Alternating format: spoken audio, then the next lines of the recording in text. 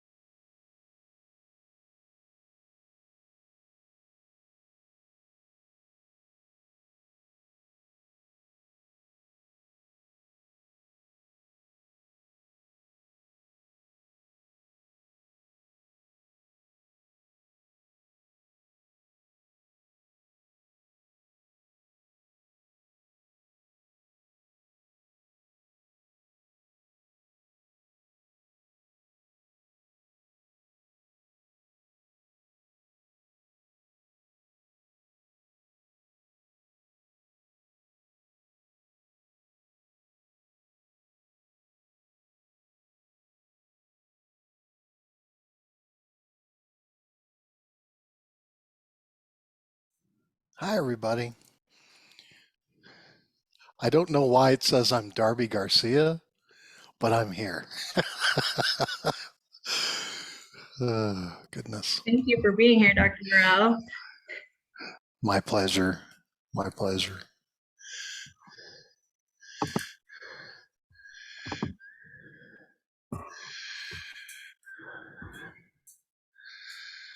So I think we can provide you with an introduction. Oh, no, that's quite all right. I'm fairly familiar with this group, and many of you are with me. So let me just do that on myself. And thank you, Don. I appreciate it. I'm Steve Burrell. I'm the CIO and Vice President for IT at Northern Arizona University, and I'm pleased to be joining you today. I'm going to share my screen, and of course, I had some slides to lead us through an interesting conversation today, one that sometimes we all find it difficult to deal with. I think the question and answers area is open too, so if you have questions that you'd like to pose, I'm happy to try and address them as we move through this content. And Donna, if I miss something, please stop and just bring it to my attention. But welcome again. We're going to talk about how to confront toxic colleagues today. And there's this term called Carefrontation, which I'll kind of weave together at the end of this thing. But we're going to look at some pragmatic ways and some methods that have been proven over the years to help us formulate an approach and engage people that we're in conflict with, essentially. We'll also talk about, some other things like, how to manage up and bad bosses and stuff like that. But let's jump right into this. So the first thing, when we talk about confrontation in the workplace, we have to be, first of all, cognizant of workplace policies and laws. And I thought this was an important thing to lead out with, because if you're experiencing sexual harassment, discrimination, violence, or some kind of other abusive behavior in the workplace, you need to report it. And I know it's easier to say that than to do it. A lot of people are like, I don't want to cause a big deal. I don't want to get anybody in trouble.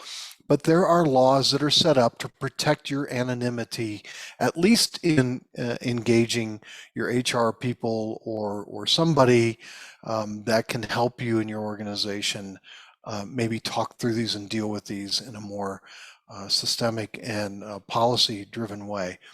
And the best advice I've ever gotten from HR people about this kind of thing, of course, is to document it as thoroughly and as best you can, and to please do report it. Some of us are in positions in higher education, like myself, where if I witness this kind of stuff, or I'm privy to some of this going on, I have to act and report it. And I'm sure some of you are also in that situation. So we need to first begin, if confrontation has risen to this kind of thing, we need to get some help other than try to resolve it ourselves most cases. There are a number of traditional approaches to resolving conflict, and you can Google these and they can come up in different forms, but let's just go through these real quick. First of all, communicate openly, trying to have some kind of honest and direct conversation with your boss or your coworker or whoever you're having this concern with, to try and explain how this behavior or this situation is impacting you. We're going to go through some communication strategies here today too to help you with this, because communication really is that kind of underlying thing. Again, that's easier to say. A lot of people feel like they're not in a position of authority, or they're at some disadvantage. Maybe they're a person of color or a female in a situation where we're being dominated or otherwise mistreated by a male. I mean, these kinds of things happen. But the basis of all this is to try and communicate when and where you can. Documenting incidents, we've already mentioned that as well. It's really important to document and keep track of any of these behaviors or the situations that you may be having, just to keep the notes fresh in your mind too, because we're going to go back to some of these notes and use them as we formulate strategies. Setting boundaries, of course. If your boss or coworker is constantly crossing whatever boundary you've set up, whatever that might be in terms of behavior, or just requests, I don't know, there's just 1,000 things. It's important for you to clearly communicate what you are and are not comfortable with, and to encourage your employees. If you're a supervisor, right, encourage employees and support them in these first three things, most certainly. And then if they come to you, or if you need to go get support, talk to a trusted colleague. Find somebody that you can visit with, either a mentor, maybe somebody completely outside of there. Maybe it's a colleague in your parking organization, or somebody in human resources, of course, that can give you some advice on how to handle a situation. And first and foremost, I think, take care of yourself, right? Dealing with a bad boss or a coworker can take a real toll on your mental health day in and day out. And so it's important to take care of yourself and to recognize what's happening, and to insulate yourself from those kinds of situations if you can. Mentally prepare yourself for the day if you know what's going to happen, but invest time in yourself. And you're doing some of that today, clearly, by thinking about the methods that we're going to throw out here. And consider your options. Frankly, if the situation isn't improving, it becomes unbearable. Life's pretty short, and it's really short when you're working, in a really difficult environment. You have lots of skills, you have lots of experiences, and there are lots of options available for you out there in the world today.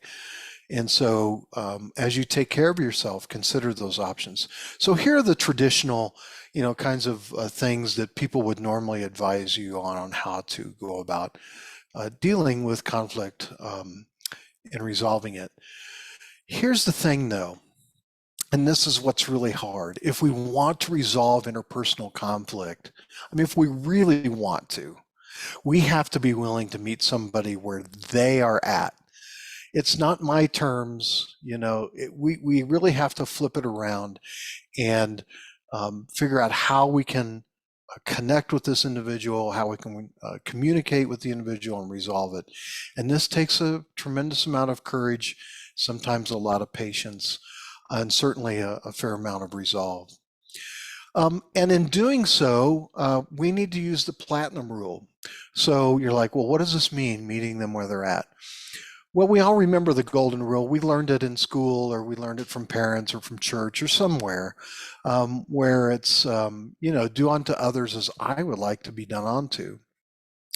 That's a very me-centered approach, and it works pretty well if you and the person that you're kind of in conflict with or need a resolution with are thinking similarly about things, or you're coming from it from the same type of approach that we'll see here in just a few minutes.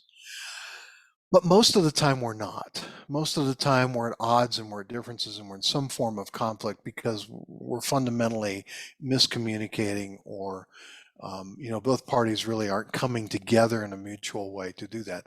So we use the platinum rule, which is treat others the way they want to be treated. Now, the cynic in me would say, well, if they're being nasty, then they want to be treated nasty. That's not what we're saying here.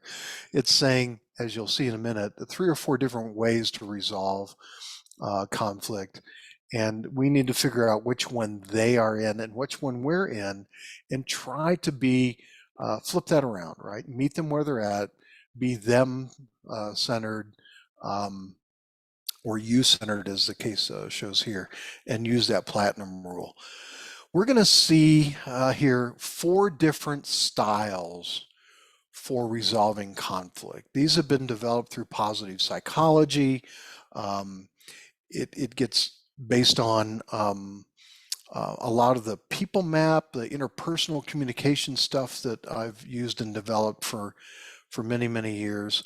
And we can see that this can apply to a lot of different situations, right? So the first thing to remember when we're meeting people where they're at is everyone has an Achilles heel, or there's a blind spot. So, they may appear to be antisocial, or they're not digging the change, right? They may be a micromanaging boss, or they may be insensitive to yours and others' needs. There's lots of scenarios here where we're engaging somebody in some kind of conflict based on some kind of underlying thing. It's usually something more than just a difference of opinion about how to go about doing something. But, it could be just that simple. So we have these 4 different styles for resolving conflict that are out there. We're going to unpack each of these. There's a direct approach, which is really focused on the bottom line of getting the job done, starting with the end in mind, and, just all moving forward together. There's people who really like a step-by-step approach. Okay, first we're going to do this, then we're going to agree on that, and then finally we're going to take this last step. So they like a very methodical approach to things, step by step. And we see a lot of that in the technology area. People who are kind of engineering minded, they like to approach things that way. So you see that a lot. You also see the harmonizer a lot. And this is someone who has a strong commitment in finding win-win solutions to the situation. They're typically very intuitive. They frequently focus on how people are feeling, right? They're not feeling good about something, or maybe you feel differently about something. And so feelings, more so than facts, get involved in how we either come to conflict and then resolve conflict. So step-by-step and harmonizer we see a lot of. Idea generators, these are the folks who love to solve conflict by coming up with lots of different solutions to that. Like, we could try this approach, and then we could go try that approach. They're just kind of throwing stuff at the wall, but they're looking for something unique, something that's viable, something that comes out of mutual brainstorming. And they really exhibit little hesitation to try a solution that could get them out of a problem. So you need to think about today, which one of these approaches do you really prefer yourself? How we like to approach conflict as individuals is first and foremost important to understanding our approach to doing it with others. So are you a direct approach? Or are you just kind of like, let's just get to the bottom line and move on, agree to disagree if that's what we have to do? Are you more stepwise? Do you seek harmony? I mean, truly, do you seek harmony? Or are you just all about, let's find some creative new way of maybe working together or solving a problem? You need to be honest with yourself about that. So let's unpack the harmonizer. Again, this one is really popular. About 2/3 of everybody out there, they want harmony at the end of the day. And so the strengths of the harmonizer is that we typically have strong commitments to those win-win solutions. We're going to solve the problem and still be close and caring of one another. And if two harmonizers come together, there's likely going to be a harmonious solution, right? That's easy. That's the golden rule. So if you're a harmonizer and you're working with somebody who feels like a harmonizer, you're going to probably work through it pretty well. But it takes courage for harmonizers to speak up and voice their needs. Sometimes they don't want to upset people. Sometimes they don't really want to say what they're feeling because they're afraid it's going to upset somebody else or make the situation worse. But when they do, when they find the courage to actually be authentic in expressing their own needs, they'll find that a win-win philosophy can produce very positive outcomes. So the weakness of the harmonizer is that this hesitancy to be honest, to avoid more conflict by putting their own needs out there alongside the other person's needs. And sometimes when this happens, if you don't put your needs out there and you keep getting walked on as a harmonizer, it's going to create this vicious cycle of holding in your feelings and then, kind of overreacting, maybe then feeling some relief from all that. At least I put it out there. But then you're going to have guilt and apologies, and you're going to further suppress feelings. And it just, this really ugly cycle begins. So if you're a harmonizer or you're working with a harmonizer, these are the strengths and weaknesses we need to think about. So how do we relate to a harmonizer? Well, whoever we are, if we're not a harmonizer, if we're a task-to-task person, remember, we're going to meet them where they're at. We want to use their language and their style if we really want to resolve this conflict. Stephen Covey probably said it best: seek first to understand, then be understood. That's really what we're after here. So we want to make sure that they've had every opportunity to express their true feelings and desires in a situation, right? That can require a lot of patience and listening. And if they've not been completely honest, then they're likely to feel some resentment. So we want to make sure that our authentic feelings are out on the table. Sometimes that takes a third party too, to be part of that conversation to help bring that out of both of us if we're both harmonizers. But you need to practice being a good listener. And that takes a lot of patience. It increases the likelihood, of course, that they're going to share their needs and be clear about what they want. And let them know that you want to maintain a good relationship with them and that we're really trying to find that win-win solution. So if you're a harmonizer and you're working with a harmonizer, this is probably the easiest way to resolve conflict. And again, to summarize, the key is making sure our real, true, and authentic feelings are out on the table. Okay, but we're not all harmonizers, right? Some of us are idea generators. We're like, I don't know, let's try this or try that. We're very free-spirited. We're very creative in our process. Conflict between two or more people requires some creative thinking, is really the strength of the idea generator. We want to come up with generating unique solutions to our problems or that. And if you're working with an idea generator, you have to go along with that. And they'll try things too, right? So maybe, their ideas aren't resonating with your ideas, but you can be pretty open with throwing out new ideas and ways that working with and resolving conflict with idea generators that they'll accept.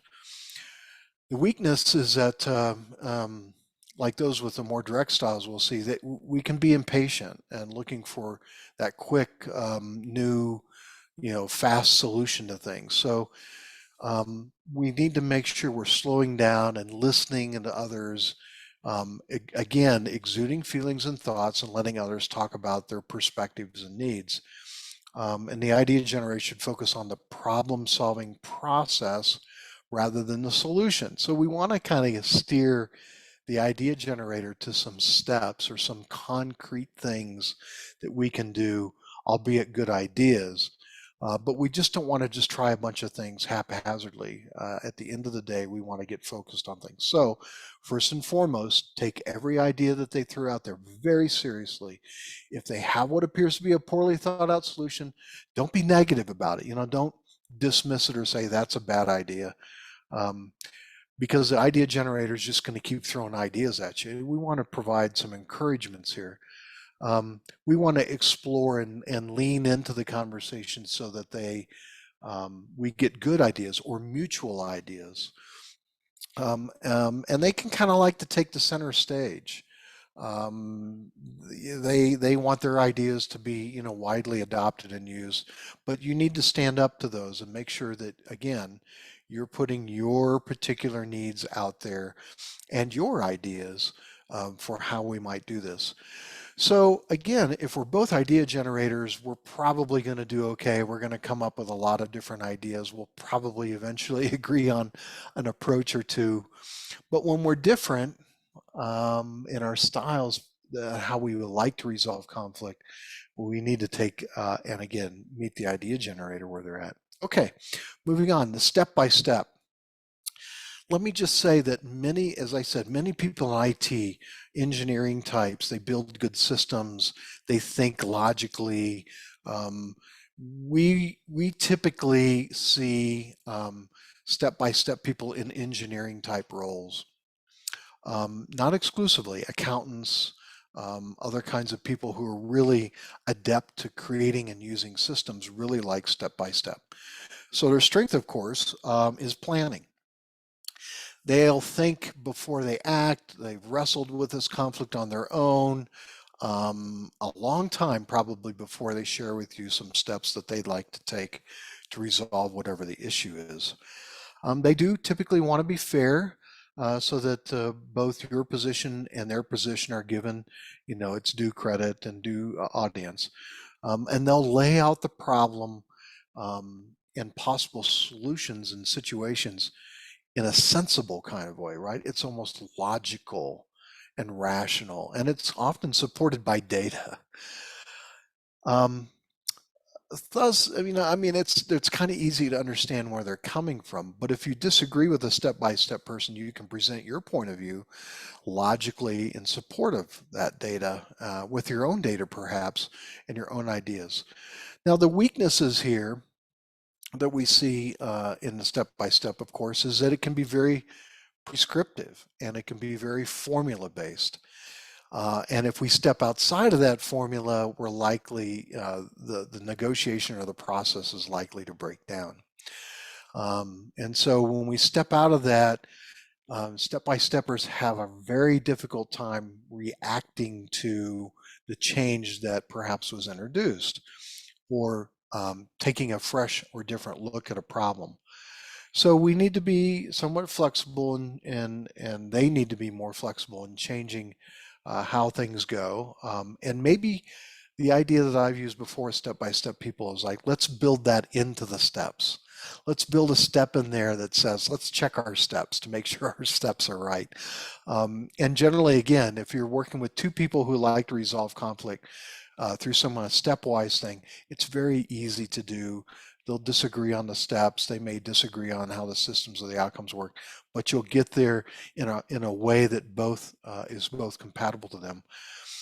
Step-by-step people can also be very resistant of conflict. They want to build systems to resolve conflict, so we don't have to get all emotional about things. People types, and the folks that were, the harmonizers, right? They also are a little bit leery of that confrontation. So if you have somebody who likes step by step, and you have somebody who's a harmonizer, they're likely to shy away from the hard conversations or the hard steps it's going to take, right? Because they don't want to create more conflict. They want their relationships to be harmonious. Step-by-steppers want their systems to be harmonious and perfect. And when they're not, they tend to withdraw from the conversations. So if you're acting as a third party or you're one of these people in this process, you have to recognize that we're disengaging and moving away from this. We need to lean into it just a little bit harder in order to come up with a solution. And so for the step-by-step, we want to listen to their complete plan for solving the problem. We don't want to interrupt them. We want to give them and let them describe their system, let them talk about, the problem that they're trying to solve. And, if you need to, take the notes. You can attempt to solve the problem using their formula. If you really want to resolve with them, meet them where they're at. You can explain why your conclusions maybe are different, though, why you might like to change those steps, or maybe you don't agree with the essential issue or the problem at hand.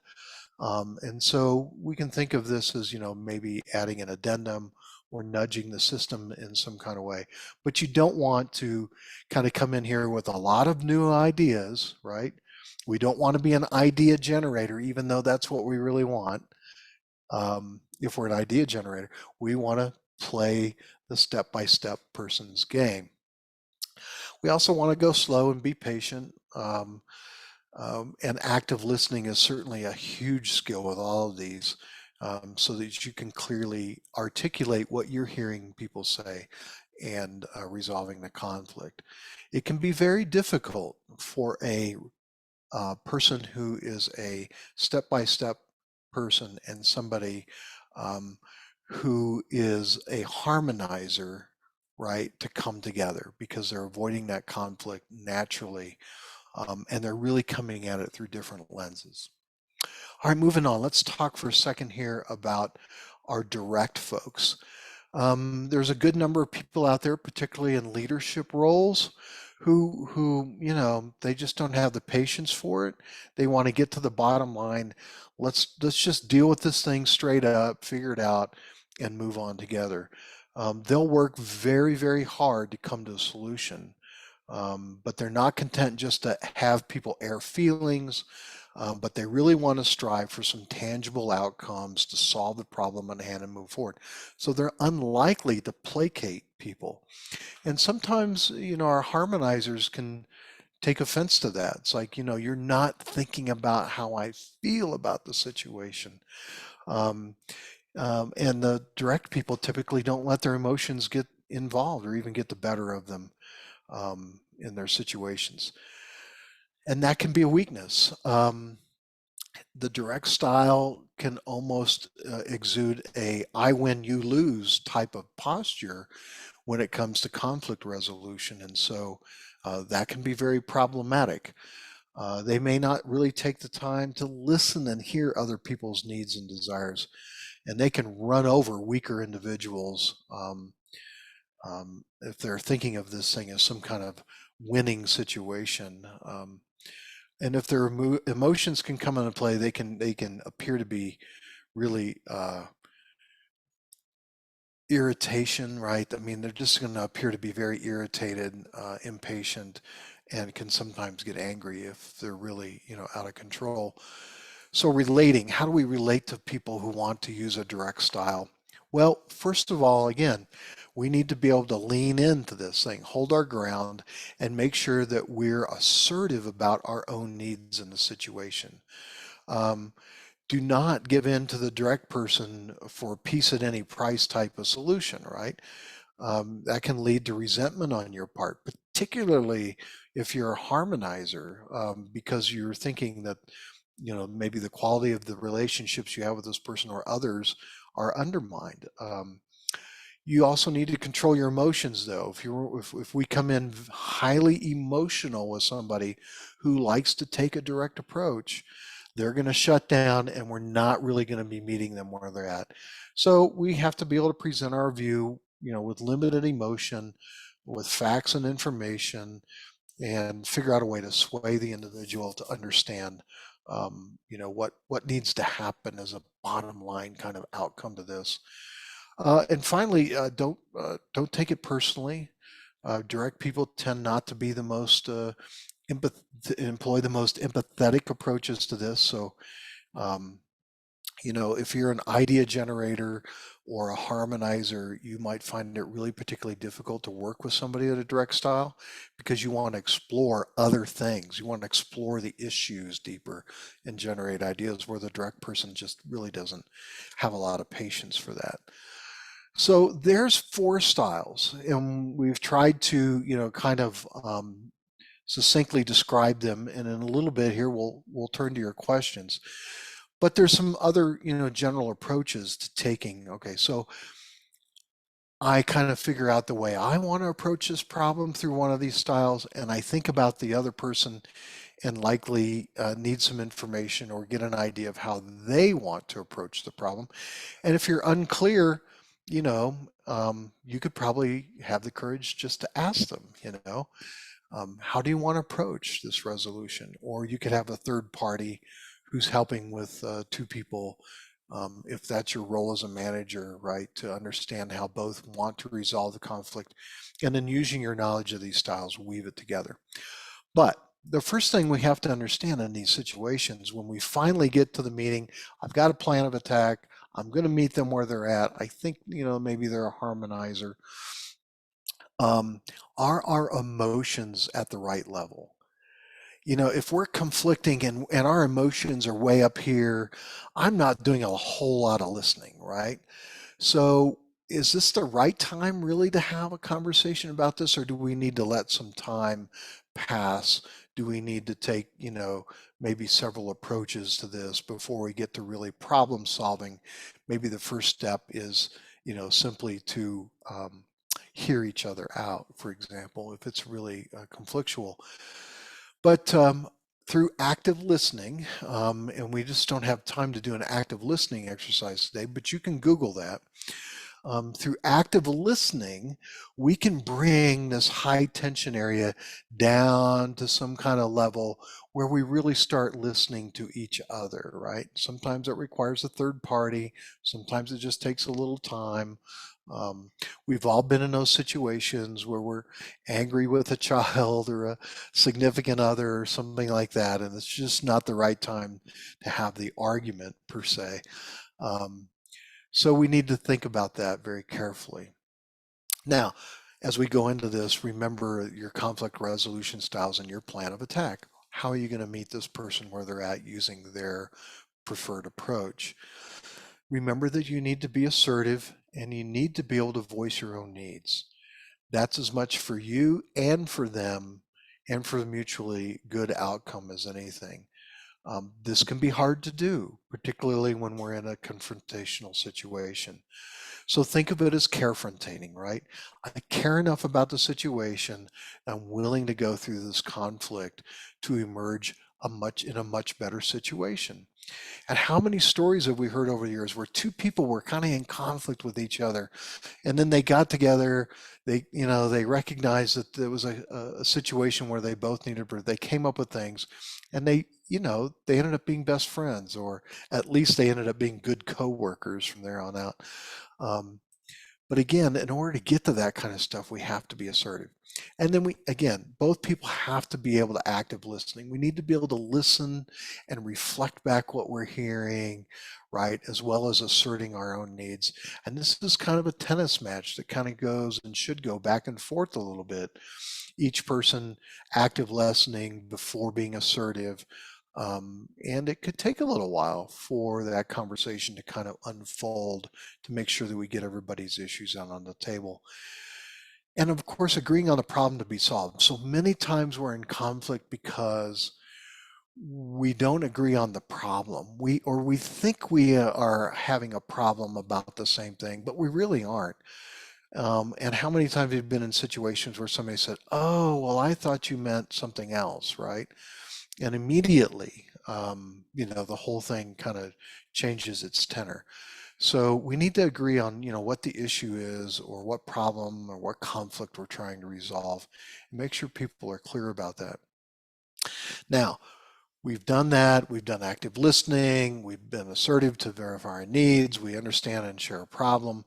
Now we can either move to brainstorming ideas, taking steps, creating harmony, or at least defining the shared outcomes that we both want from this confrontation relationship.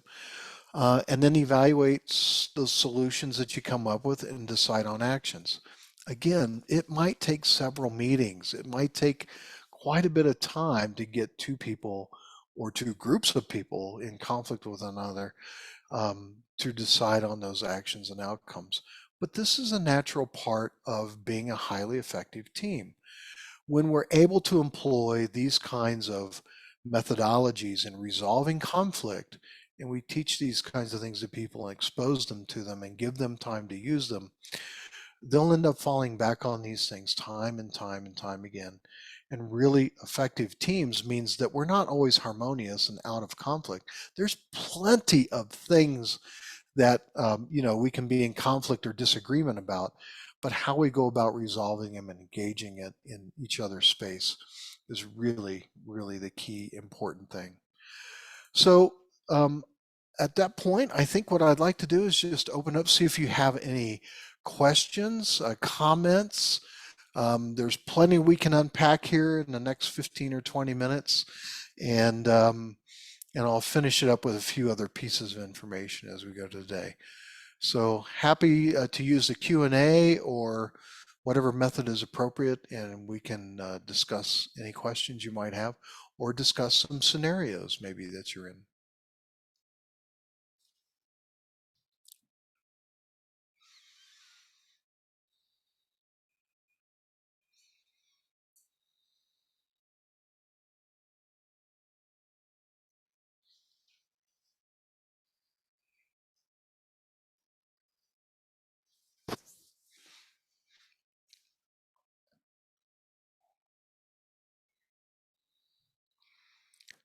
I've been well coached by good faculty to do a slow count to 10 because sometimes it takes a little time for people to come up with some questions and ideas. Let me just move on to a couple other things, and if there's no other questions, we'll wrap up for today. You will get a copy of these slides, and you may choose to use them in any way that seems fun, or if you want to reach out for additional conversation questions, I'm happy to do that. Oh, good. We got a few questions coming in. So let's see. How do I get my emotions under control in a heated exchange of conflict? I feel like it always gets me. Yeah. See, this is the difficult thing about conflict, right? Again, I think the key thing there, right, is to is this something that's personal? Am I taking this personal as that's what's angering me? Because if it is, I kind of need to set that aside um, and keep focusing on the solution set, right? So people who let the emotion of the moment kind of get the better of them, frankly, it's better to disengage and just say, if you're in a situation where like, look, I don't think I'm able to discuss this further today. Just being honest, it's too emotional for me. Disengage and regroup. Because if you allow yourself, right, to be overcome with those emotions, it's going to quickly, you're not going to get the progress that probably you're looking for. And again, go back and think about, what are the three styles, or maybe ask the person, you're like, in our next conversation, what's the best way for us to approach that? Redirect it to the future, something positive that we can then take and build on. So again, also, I think if sometimes we invite a mutual third party, or if you're a manager in a situation where people's emotions are getting, a little out of control, or clearly one person's overwhelmed and not feeling comfortable in a situation, discontinue the meeting. I mean, you can start that up again later and just say, look, I think we need to take a break, or let's come back to this tomorrow. And then, maybe you can coach one of the other individuals to better use one of the styles and help people meet where they're at. I have this saying, with people slow is fast. And that's like, the situation where if I'm trying to convince somebody or I'm in conflict with somebody and I'm saying, I know we don't agree, blah blah. The answer isn't to talk louder or faster, right? It's to slow things down, right? And recognize that maybe we need to take a break and come back with a different strategy. Tough to do, but practice it too, right? I mean, I think when you recognize that the emotion situation is getting there, just be aware of it and cognizant of it. Try to manage it, and if you can't, disengage. Okay. So thank you. It's a very honest and very important situation that all of us deal with. Um, so Carmen says she's a direct approach category. I have a number of very emotional people on my team, right? I find that they take a very long time to come out of their highly emotional state. Suggestions, tips, or tricks. Right. Well, I think, the direct style person needs to recognize that if others are kind of coming at this from harmony or step by step, or idea generation, right? Figure out what mode that they'd like to be in, right? You can do that by simply asking them up front, right? You can share this information or boil it down in such a way that makes sense and say, which of these approaches seems to make best for you?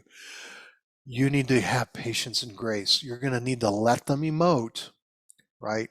And maybe not in that same session, but let them emote and then maybe take it to another session, another day, another time, where you can come back and kind of focus on things. And you need to be able to say, here's what I hear you saying. This is my sense of how you are feeling, and get them to validate that and get some agreement on that. But you have to have patience, and I know it's hard. I can often be a very direct style person myself. And I've always found that when I get impatient, maybe the best thing for me to do is like regroup for another day and time, or switch the conversation in such a way that um, allows people to really kind of, instead of being emotional and all over the page, to really try and find a way to help them articulate what it is the problem or what they're feeling. So Carmen, yeah, I feel for you on that one. Again, patience and active listening are your friend. And maybe breaking it up into separate sessions, or if you're dealing with 3 or 4 people in a group, maybe try and work one-on-one with some of them in order to get past that. I hope that's helpful. And again, always asking people, how they like to resolve things, what style they might like to use is a good thing. Renee, how do you handle an employee that does not agree with change? Ooh, yeah, we see that a lot in IT, and change is hard. Um, Again, I think when you're talking to people about change, I think the first conversation to have is why. Why is this change happening, right? And then allow people to reflect off of that, right? So many times, a lot of us like to skip over the why or the what's in it for you, what's in it for me conversation and get right to the steps. We need to spend more time up front engaging people in the why and feeling their emotions and their anxieties about change and getting to it. Step by step people, people who are very task orientated, perhaps, right? They naturally have difficulty with change because they have often built good systems or they're good rule followers. And if they don't see where the breakdown is in their system, i.e. the why, they're going to entrench around that. And again, they can be very, very non-confrontational. So they're more likely to disengage from the conversation at all, which doesn't even give you an opportunity to have the conversation about why. So create some space for that, right? Provide them the opportunity to exude what they're anxious about, or what they may not understand about this, and spend a lot of time on the why. Then you can kind of move into the, what's in it for others, what's in it for you, what's in it for me. Um, and, if they're a step-by-step person, right, invite them. Say, well, what are some of the steps we could take? If they're a harmonizer, it's like ask questions about who do we need to go talk to make sure, that people are good with this change. Um, who are we forgetting about? How can we empathetically engage people around creating the change? And then, I think idea generators, right? They can be very rebellious to authority, right? Because, well, for any number of reasons, right? These are old ideas, we need new ideas, or these aren't the right changes to make. Engage them similarly and say, play to their strengths. Why? And then what are some ideas you need? And so these become maybe individual conversations as opposed to group conversations in order to break it down. So hopefully that'll give you some insights into facilitating change. We follow the ProSci ADKAR approach to change. There's plenty of materials out there in Googleville and Cyberland about ProSci ADKAR. And it might be something to check out because they have a process for change that begins with why and embraces other aspects of how to make change, particularly I think with people who are very step-by-step approached. So let's see, I agree with change. This is great. Thank you, Maria. Yes, the slides, I'll make sure that the folks have them. Allison will, and I'm sorry if I've mispronounced your name, but we'll make sure that we get those. Let's see, Sam, I found that a hybrid situational approach has benefited me in fast. Good. Starting at harmonizing and moving towards step-by-step direct idea as a situation develops and its complexity as well as other parties. Sam, you're spot on here, pal. I really appreciate this. We find that about 2/3 of everybody out there in the world are harmonizers. They want good relationships with people. I mean, we want to feel collaborative. We want to feel like a team. And so if you're unsure where your group's at or you're dealing with individuals, it's always great to start with kind of a harmonizing approach. And then, as you've said, pivot to some of these other approaches. Again, these are just, statistics. But 2/3 of everybody out there generally has some strong sense of harmonization. Then they might want to bring, one of the other aspects to it, depending on their preferred approach, their personality, and their strengths. So this is really good advice for everybody, Sam. Thank you for sharing it. Carmen, you're most welcome again. Any other questions? Ideas? Lived experiences you want to share? Thank you, Sam.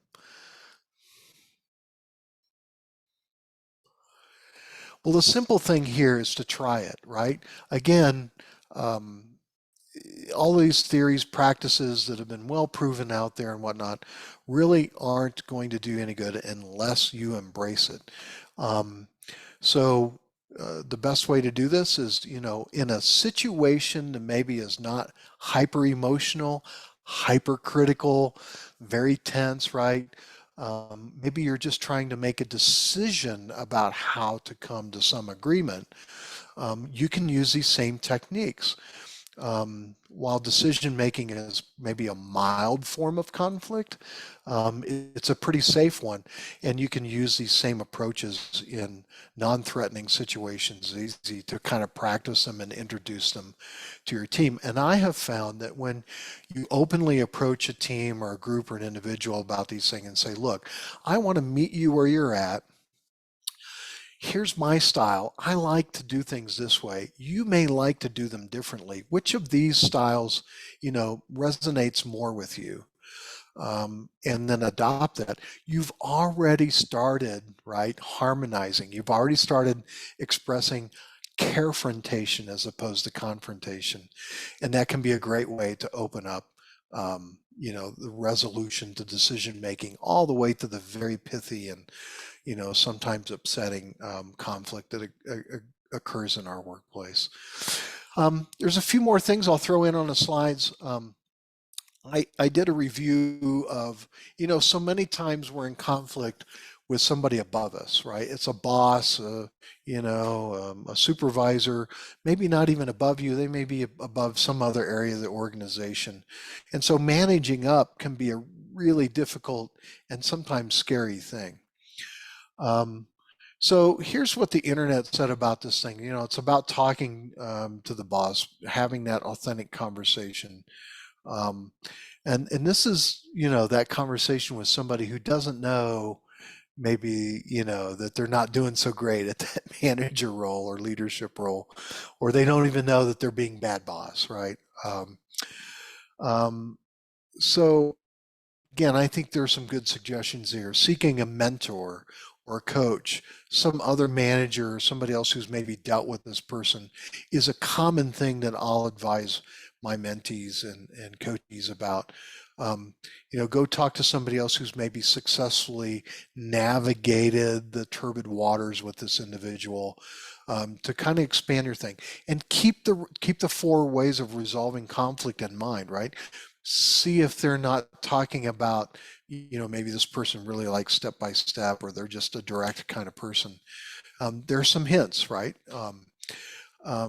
But again, if things don't work out, right, and some of those really ugly things are happening, go get help from an HR office or whatever resources you may have available to you to help you with those things. And again, in my opening summary about the traditional approaches, life's pretty short. If you're not thriving, if you feel like you're just surviving in a particular role, look for something else. You have skills and talents that many people are looking for. And sometimes you're just not going to be able to change the situation or the person involved. I've lived through some of those. I've had to make hard changes. I've talked to a lot of very successful executives in higher education who have been through the very same thing. So again, I think finding somebody who maybe has been successful with that individual. On the other hand, there's people who kind of know they suck at it. I don't know how else to say it, right? But they recognize that something's not working right. And which, probably as long as they're willing to try and work with you on it, is a good thing, right? So again, I think I would encourage you to go back to the 4 different styles of maybe working with an individual, not just the resolution of problems, but really working with people. Maybe they're very direct, bottom line outcomes folks, or maybe they're step by step, and play into that. It may not be your strong suit, but if you're going to get along and at least have a good experience, then you need to do that. You don't want to publicly go to war with anybody. You don't want to draw those kinds of attentions and behavior out into the public. So, stay off of Facebook, stay off of TikTok, stay off of those social media platforms where those will always come back to bite you. They may feel good, but they're going to come back to get you, and it's not going to really help resolve the situation. Again, going to HR and some other things that you can read through here when you get the slides. Sometimes going over the boss's head can be a little dangerous too, but I've also had situations where when people approach that situation in a light of positivity, like, I'm really trying to help so-and-so, I'm really trying to advance, what we're doing here. And you can be specific in saying, here's a behavior that I'm having trouble with, and ask for help. Don't ask them to do something about that with that individual. Ask them to help you deal with that individual. And eventually they're going to get the message. But again, you can honestly say face to face with anybody, it's like, look, I just wanted to do better, meet them where they're at, and resolve the conflict for the betterment of everybody. The moment you put something on Facebook or you start talking trash with friends and colleagues, it's going to be hard to recover from those kinds of things. And again, transfer and promotions can be to other departments can be wonderful tools. Well, there's a few things there that I've added to the end, just to create some more space. Managing up really is about communication. it really is about meeting supervisors and superiors where they're at. And once you've done that, once you seek to understand, and you can play in their particular favorite sandbox of style, then you'll have the opportunity to introduce your own styles and actually do more of what you want to do in a way in which you want to do it. So hopefully this has been helpful to you. Again, it's a lot to take in an hour, but I appreciate the questions. We've got maybe just a couple more minutes, so if there's any other questions, I'll be happy to take them. And we'll just pause here for a second to see if it's the case.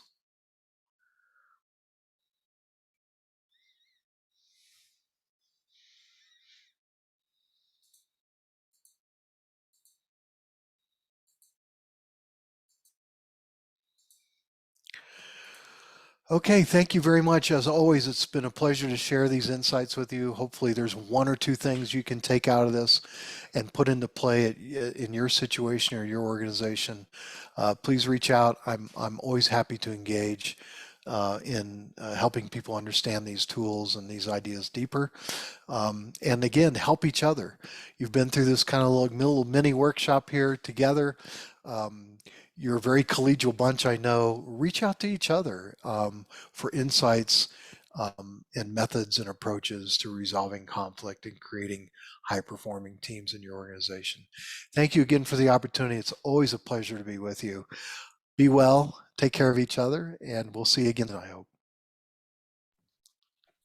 Thank you so much, Dr. Burrell. Just as a reminder, this webinar has been recorded, so we will post it on our YouTube channel as soon as the recording's done. And I'll also get the slides so that we can email those out to everyone that's attended. As always, Dr. Burrell, your presentation was wonderful. We really appreciate you taking the time to present to us today. My pleasure, and thank you so much. Everybody be well. Have a great day.